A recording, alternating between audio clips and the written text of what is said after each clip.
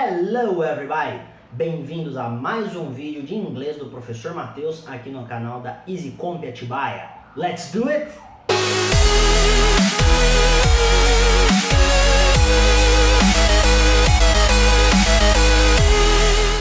Hello everybody! Vamos iniciar agora uma sequência um pouquinho diferente de vídeos, tá? Vou mudar um pouquinho o formato dos vídeos, beleza? Vai ser mais próximo de uma live para aproximar do método que estamos usando no Facebook, beleza, pessoal?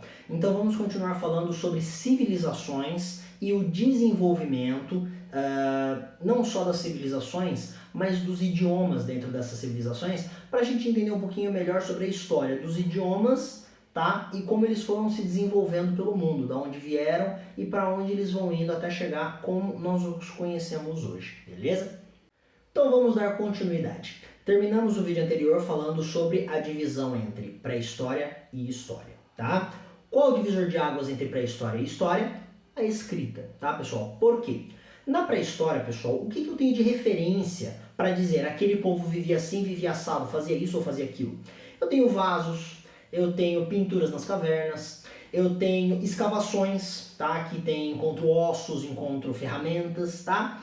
Só que assim, pessoal, isso tudo me dá uma ideia de como aquilo funcionava. Isso me ajuda a criar teorias, suposições. Claro que assim, existem alguns desenhos que são mais óbvios, existem escavações que são claras, tá? Mas ainda assim, pessoal, eu não tenho uma documentação do que acontecia ou de como funcionava A ou B nos tempos antigos, tá? A partir do momento que nós temos o desenvolvimento da escrita, eu tenho uma prova documental. O que é uma prova documental? É um documento que me fala, tá? Então eu tenho a carta do rei tal para o rei tal. Senhor rei tal, meu amigo, estamos tendo uma colheita esse ano maravilhosa, sei lá eu, de 50 parreiras de uva por mês.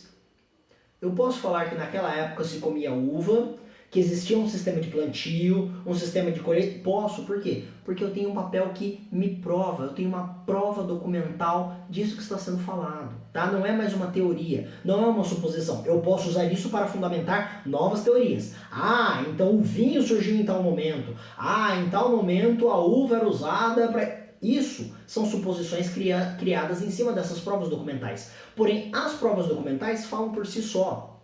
Por isso que a partir do momento do desenvolvimento da escrita se chama história e não mais pré-história. Legal? Então o que acontece, pessoal? Hoje vamos falar um pouquinho sobre alguns documentos que marcaram a história, tá? Alguns documentos escritos. Então nós tivemos o desenvolvimento da Mesopotâmia, que foi a primeira civilização. Dentro da Mesopotâmia nós já temos alguns povos que vão se saindo ali dentro, tá? Um deles é os Sumérios, tá? Os Sumérios desenvolveram a escrita cuneiforme, tá?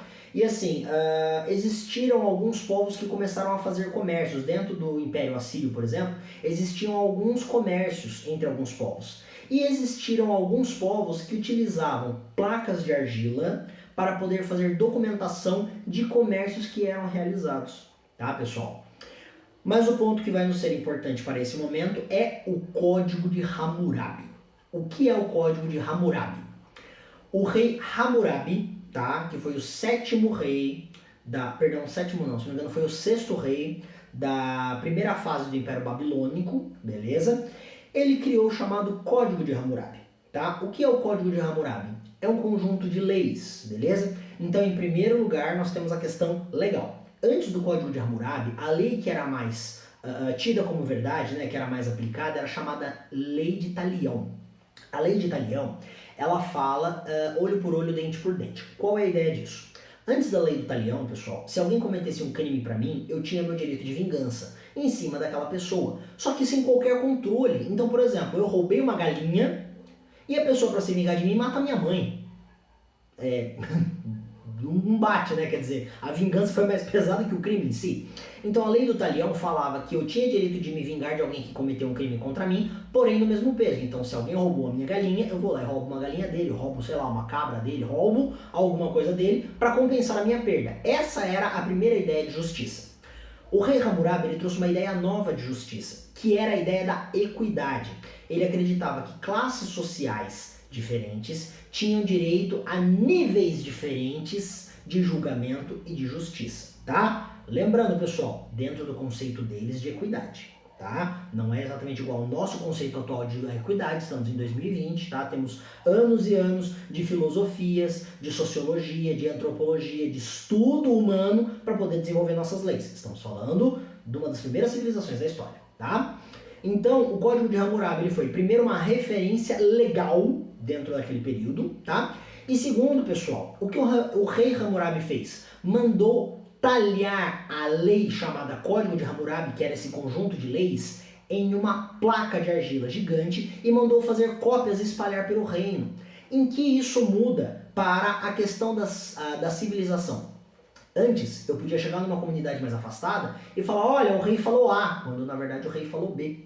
E agora eu não posso, por quê? Porque agora eu tenho uma prova documental da lei que o rei falou. Tá, pessoal? Então, eu chego numa comunidade e falo, olha só, o rei falou A, todo mundo vai falar, não senhor, o rei falou B. Não tem essa. Temos uma prova documental, temos uma placa gigante de argila que está falando, o rei falou A, o rei falou B, o rei falou C. Tá, pessoal? Então, o Código de Hammurabi foi o próximo grande passo na evolução da sociedade e na evolução da língua, da escrita e dos idiomas, tá? Muito rudimentarmente lá atrás, para tentarmos entender a história e chegarmos próximo ao do que temos hoje. Beleza, pessoal? Esse foi mais um vídeo, pessoal. Espero que tenham gostado e não se esqueçam, inscrevam-se no canal, ativem as notificações, compartilhem com os amigos e dê o seu like.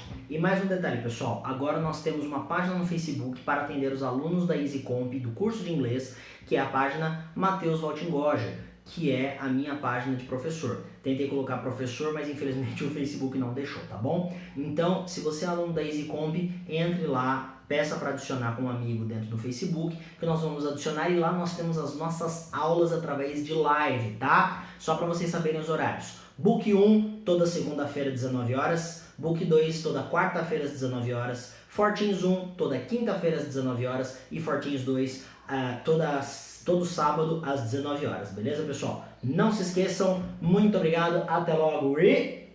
Bye bye!